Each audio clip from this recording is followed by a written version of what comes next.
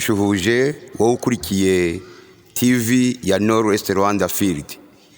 Nejejwe no kubana nawe muri uyu mwanya, nzi kudukunda, nzi kudukurikira, ndakurarikira kubana natwe mu kigisho twateganije cy'uyu mwanya kijyanye n'amahame shingiro y'ukuri kwa Bibiliya.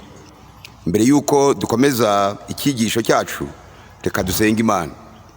Mwami Imana idukunda iri mu ijuru ryera, turagushimye, urukundo rwawe ruhorana natwe, uratwitangiye, uradushaka, kandi ushatse uramubona. Utwemerere natwe twe kuguhunga, ahubwo tubane nawe, kugira ngo nuhishurwa tuzaraga ubugingo buhoraho. Tugiye kwiga iki kigisho gikurikiwe n'abantu benshi kandi bagikunze, kugira ngo aya mahame ajyanye n'ibyo kwizera ukuri kwa Bibiliya ukwigisha buri wese muri twe, uhere ku mwisho ugiye kuvuga, na buri wese uzumva aya magambo ngazafashwe nawe. Tubyambaje mu izina rya Yesu, amen. Muri uyu mwanya dushime Imana iduhaye uyu mwanya, tukaba tukiriho, twongere twumve ukuri kwa Bibiliya. Kandi Imana yacu igomba guhabwa icyubahiro, ndetse ikwiye gushimwa iteka ryose. Umunyezaburi we yabivuze mu magambo meza muri Zaburi y'ijana ati: mwabari mu isi yose mwe muvugirize Uwiteka impundu, mukorere Uwiteka munezerewe, muze mu maso ye muririmba, mumenye yuko Uwiteka ari we Mana, niwe waturemye natwe turabe. Turi ubwoko bwe, turi intama zo mu cyanya cye, twinjire mu marembo ye dushima, no mu bikari bye duhimbaza. Mumushime musingiza izina rye, kuko Uwiteka ari mwiza, imbabazi ze zihoraho iteka ryose, umurava we uhoraho ibihe byose. Uyu mwanya buri wese akwiriye gutekereza ku Uwiteka waturemye, kandi Uwiteka umuremyi w'ijuru n'isi. Umugambi wo kwiga amahame shingiro y'ukuri kwa Bibiliya twifuza gukomeza kuganira igihe cyose tubonye umwanya. Impamvu ya mbere, turagira ngo dusabe Imana idufashe gukuraho urujijo rwo kutamenya ibyo kwizera ibyo ari byo. Nk'uko dusoma mu Bakolosayi igice cya mbere umurongo wa 23, niba muguma mu byo twizera mwubatswe neza ku rufatiro, mutanyeganyega kandi mutimurwa ngo muvanwe mu byiringiro biheshwa n'ubutumwa twumvise. Iri jambo ritubwira neza yuko dukwiye gukuraho urujijo ku bijyanye no kumenya ibyo kwizera, kandi tugakomera mu byiringiro. Umugambi wa kabiri ni ukongera kumenya agaciro twahawe na Yesu Kristo, umukiza wacu n'uw'abantu bose muri rusange.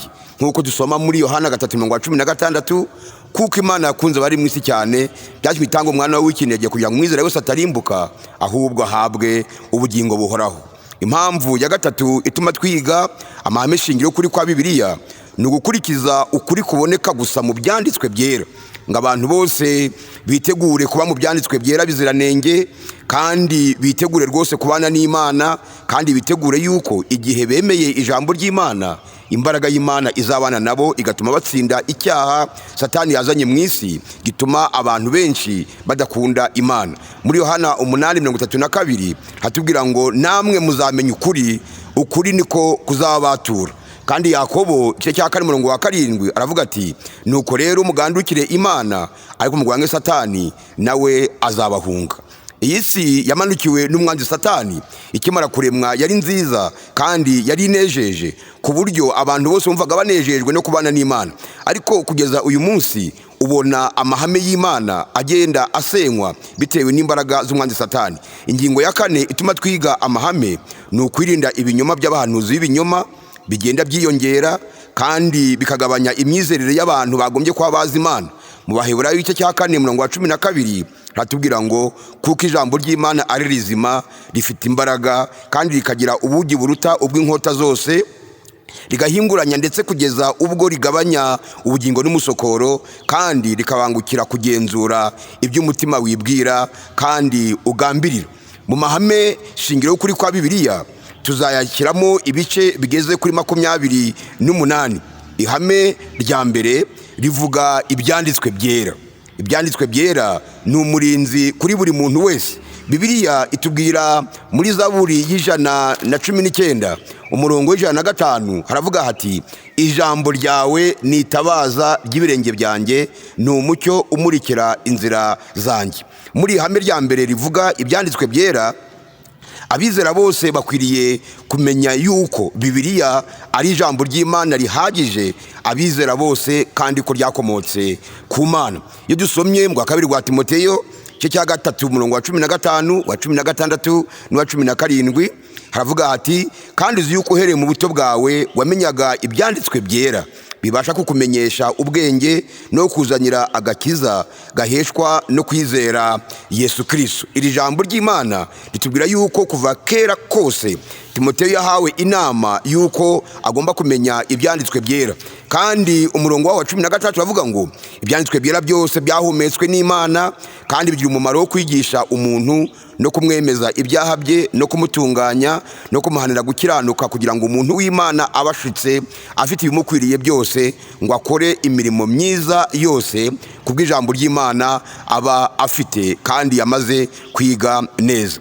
Yusomye mu kabiri rwa Petero cya mbere umurongo wa 19 n'umurongo wa 20 dore kwa 19 avuga ngo nyamara rero dufite ijambo ryahanuwe rirushaho gukomera kandi muzamukoze neza nimuryitaho, kuko rimeze nk'itabaza rimurika ahacuze umwijima rigakesha ijoro rikageza aho inyenyeri yo mu ruturuturu izabandurira mu mitima yanyu. Ijambo ry'Imana giteguye kuzana umucyo mu mutima wa buri muntu wese, ariko mubanze kumenya yuko ari nta buhanuzi bwo mu byanditswe bubasha gusobanurwa uko umuntu wese yishakiye, kuko ari nta buhanuzi bwazanwe n'ubushake bw'umuntu, ahubwo abantu b'Imana bavugaga ibyavaga ku Mana bashorewe na Mwuka Wera.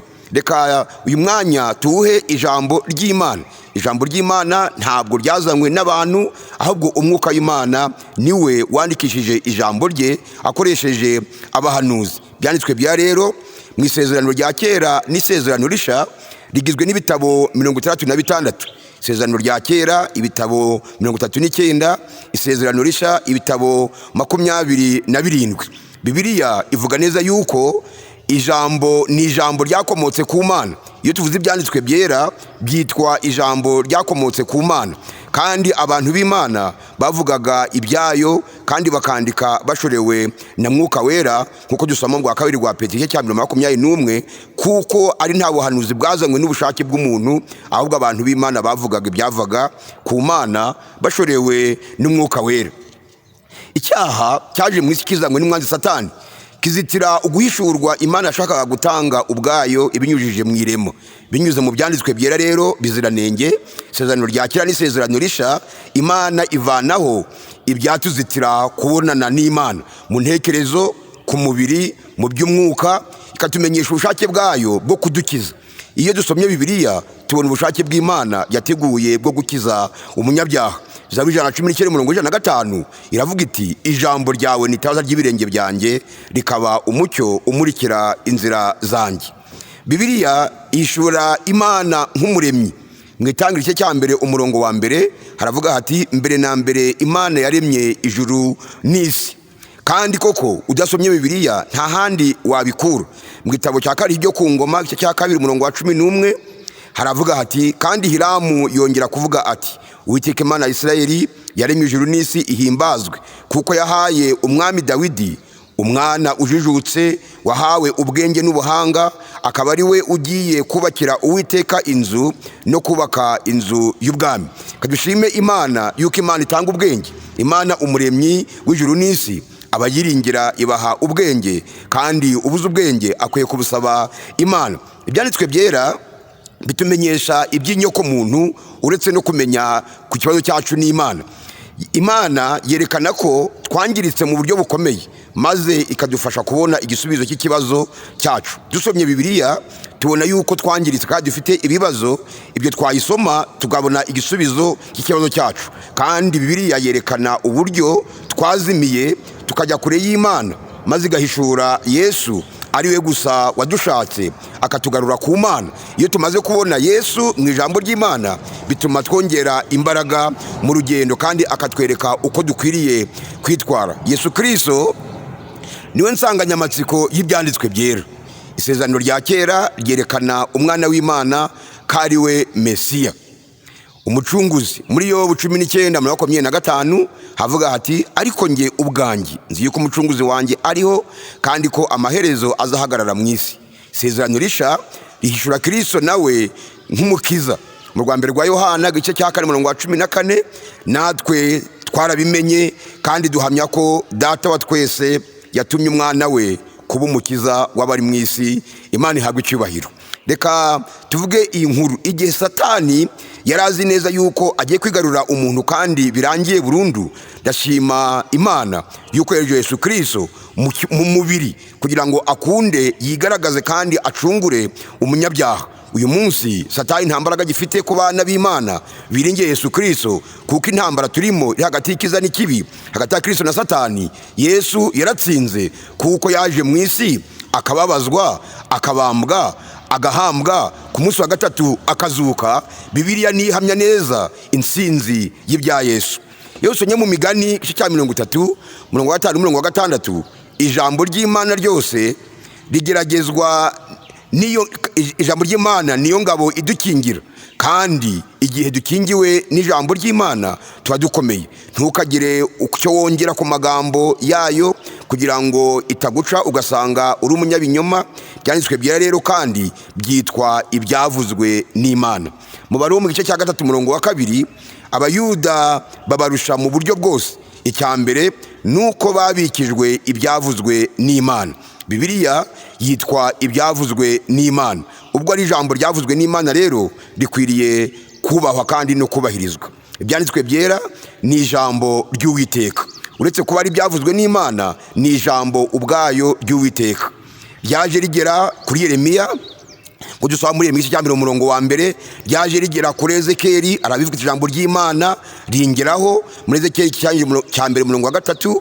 Ryageze kuri Hoseya mu gice cyambere umurongo wa mbere, aravuga ati ijambo ry'Uwiteka rinzaho. Byaje kuri Yoweli igice cyambere umurongo wa mbere, havuga hati Uwiteka anzaho. Kandi ijambo ry'Imana ryaje kuri Yona igice cyambere umurongo wa mbere, riramuvugisha, riramutuma. Kandi igihe yangaga adashaka kumva ko yatumwa, Imana yakomeje kubana nawe kuko ryari ijwi ry'Imana ryari mutumye. Yesu yigishije, yahamije ibyanditswe byera. Handitswe ngo intwaro ya Yesu Kristo yari iyo gusoma ibyanditswe byera. Yesu yaravuze ati muri Matayo igice cya 4:4, Yesu arabasubiza ati handitswe ngo umuntu ntatungwa n'umutsima gusa, ahubwo atungwa n'amagambo yose ava mu kanwa k'Imana. Ayo magambo yaravanye mu Guteka kwa kabiri igice cya 8 umurongo wa 3. Nuko yagucishije bugufi, ikundira ko wicwa n'inzara, ikugaburira manu wari utazi n'abasekuruza wanyu batigeze kumenya, kugira ngo ikumenyeshe yuko umuntu adatungwa n'umutsima gusa, ahubwo yuko amagambo yose ava mu kanwa k'Uwiteka ariyo agutunga. Yesu yakoze igihe kinini ku isezerano rya kera agaragaza isezerano risha, kugira ngo ahamye yuko isezerano rya kera n'isezerano risha byose ari we byavugaga. Bibiliya itanga ubwenge, Bibiliya itanga inama, Bibiliya itera kubana neza n'abandi, kandi Bibiliya kubayisoma bakayiha umwanya yomora abakomeretse. Bibiliya iruhura abarushi. Ibyanditswe byera rero by'isezerano rya kera n'ibyanditswe byo mu isezerano risha byemewe kimwe imbere y'Imana. Mu gitabo cy'Abaroma igice cya 15 umurongo wa 4 haranditswe ngo ibyanditswe kera byose byanditswe kutwigisha, kugira ngo kwihangana no guhumurizwa bitangwa nabyo biduheshe kwiringira ibizaza. Reka muri uyu mwanya isezerano rya kera n'isezerano risha byose tubifate kimwe, kuko ni Bibiliya imwe. Itamo 36 bivugwa muri Bibiliya, 39 isezerano rya kera, 27 mu isezerano risha, byose ni ijambo ry'Imana. Reka Kristo rero w'insanganyamatsiko y'ibyanditswe byera kandi ari mu isezerano rya kera mu isezerano risha, tumugire nimero ya mbere mu buzima bwacu. Azadufasha, azatwongera imbaraga, kandi arabishoboye. Twongera imbaraga zo kumwiringira no kubana nawe. Ubwo ijambo ry'Imana ribaye itabaza ry'ibirenge byacu, tubyemere kandi ibi byacu iteka ryose tubyambaje mu izina rya Yesu. Kadusenga Imana. Imana idukunda kandi itwitaho. Twagushimira yuko wandikishije ijambo ryawe ari ryo Bibiliya. udutere umwete wo kuryiga, dutere umwete wo kuribamo, kugira ngo igitondo n'umugoroba turigire nimero ya mbere mu mibereho yacu, kandi rizaduhindura, rizatubera itabaza, rizatwomora, rizatweza, uduhe kwibamo by'iteka ryose. Tubyambaje mu izina rya Yesu, amen.